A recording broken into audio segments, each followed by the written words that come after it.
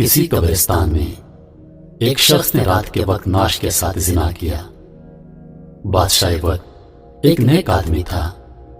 اسے خواب میں ایک سفید پوش آدمی آیا اور اسے کہا کہ فلاں مقام پر فلاں شخص اس گناہ کا مرتکب ہوا ہے۔ بادشاہ کو حکم دیا کہ اس زانی کو فوراً گرفتار کر کے بادشاہی دربار میں لا کر اسے وزیر خاص بنا دو۔ بادشاہ نے وجہ جاننی چاہی تو فوراً خواب ٹوٹ گیا۔ بادشاہ سوچ میں پڑ گیا۔ بہرحال سپاہی روانہ ہوئے اور جے وہ کنواں پر پہنچے، وہ شخص وہی موجود تھا۔ سپاہیوں کو دیکھ کر وہ بوکھلا گیا۔ اسے یقین ہو گیا کہ اس کی موت کا وقت آن پہنچا ہے۔ اسے بادشاہ کے سامنے حاضر کیا گیا۔ بادشاہ نے اسے اس کا گناہ سنایا اور کہا، آج سے تم میرے وزیر خاص ہو۔ دوسری رات بادشاہ کو پھر خواب آیا۔ بادشاہ نے فوراً اس سفید پوش آدمی سے اس کی وجہ پوچھی کہ ایک زانی کے ساتھ ایسا کرنے کا کیوں کہا گیا۔ سفید پوش نے کہا، اللہ کو اس کا گناہ سخت ناپسند آیا، چونکہ اس کی موت کا وقت ابھی آیا نہیں تھا۔ دنیا میں ابھی اس کی سانسیں باقی ہیں، اس لیے تم سے کہا گیا کہ اسے وزیر خاص بنا لو تاکہ وہ عیش میں پڑ جائے اور کبھی اپنے گناہ پر نادم ہو کر معافی نہ مانگ سکے، کیونکہ اس کی سزا آخرت میں طے کر دی گئی ہے۔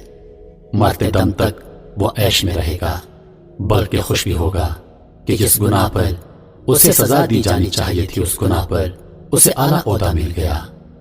اس لیے اسے گمراہی میں رکھنا مقصود تھا تاکہ وہ گمراہی میں پڑا پڑا مر جائے اور توبہ نہ کر سکے۔ میرے محترم عزیز دوستو، جب گناہوں پر آسانی ملنے لگے تو سمجھ لینا کہ آخرت خراب ہو گئی اور توبہ کے دروازے بند کر دیے گئے ہیں۔ کیا آج ہمارے معاشرے میں ایسا نہیں ہے؟ بار بار گناہوں کا موقع ملتا ہے اور کتنی آسانی سے ملتا ہے، کوئی پکڑ نہیں ہوتی، ہم خوش ہیں، عیش میں ہیں۔ کتنے ہی مرد اور خواتین ہیں کہ بار بار گھٹیا فعل کے مرتکب ہوتے ہیں۔ مرد اسے اپنی جیت اور عورت اپنی جیت کا نام دیتی ہے۔ اگلی بار ایک نیا شکار ہوتا ہے۔ پہلی بار گناہ پر دل زور زور سے دھڑکے گا، آپ کا دماغ غیر شعوری سگنل دے گا، دل میں ایک ٹھیس اٹھے گی، جسم لاغر ہونے لگے گا، جسم کانپنے لگے گا۔ یہ وہ وقت ہوگا جب ایمان انسان کو جھنجھوڑ رہا ہوتا ہے، چلا رہا ہوتا ہے کہ دور ہٹو، باز رہو۔ مگر دوسری بار یہ شدت کم ہو جائے گی اور پھر آہستہ آہستہ یہ شدت کم ہوتے ہوتے ختم ہو جائے گی۔ پھر اس کے بعد انسان مست رہتا ہے، خوش رہتا ہے، مگر افسوس کہ اوپر والا اس سے قطع تعلق کر لیتا ہے۔ گناہ کا راستہ ہمیشہ ہموار ہوگا، آسان ہوگا، مگر یاد رکھیے سچ کا راستہ، نیکی کا راستہ ہمیشہ دشوار ہوگا۔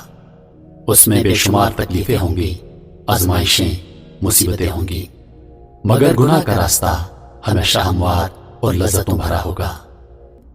کسی زمین میں گندم خود بخود نہیں اگائی جاتی ہے، محنت کی جاتی ہے، خیال کیا جاتا ہے، حفاظت کی جاتی ہے، تب جا کے پھل ملتا ہے۔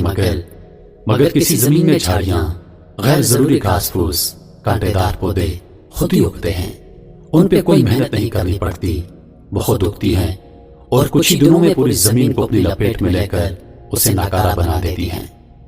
اسی طرح ہمارے دل کی زمین ہے، جہاں گناہوں کا تصور خود پیدا ہوگا، بڑھے گا، مگر نیکیوں کے لیے اپنے گناہوں سے بچنے کے لیے محنت کرنی پڑے گی، دشواریوں سے گزرنا ہوگا۔ گناہ کر کے اس کو اپنی جیت سمجھنا یہ کوئی کمال نہیں، کمال یہ ہے کہ اپنے آپ کو گناہوں سے باز رکھو، کیونکہ حیا کا اٹھ جانا ایمان اٹھ جانے کی نشانی ہے، نشانی ہے اس بات کی کہ اندھیری قبر میں بہت برا ہونے والا ہے۔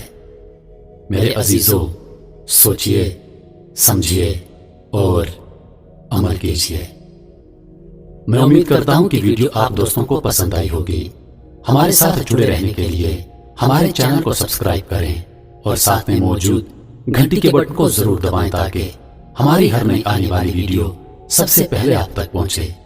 مجھے دیجیے اجازت، زندگی رہی تو اگلی بار ایک اور ویڈیو لے کر آپ کی خدمت میں حاضر ہوں گا۔ تب تک کے لیے خدا حافظ۔ اللہ پاک آپ سب کا حافظون نگہبان۔ ہنستے رہیے اور ہمیشہ مسکراتے رہیے، کیونکہ مسکرانا سنت نبی ہے۔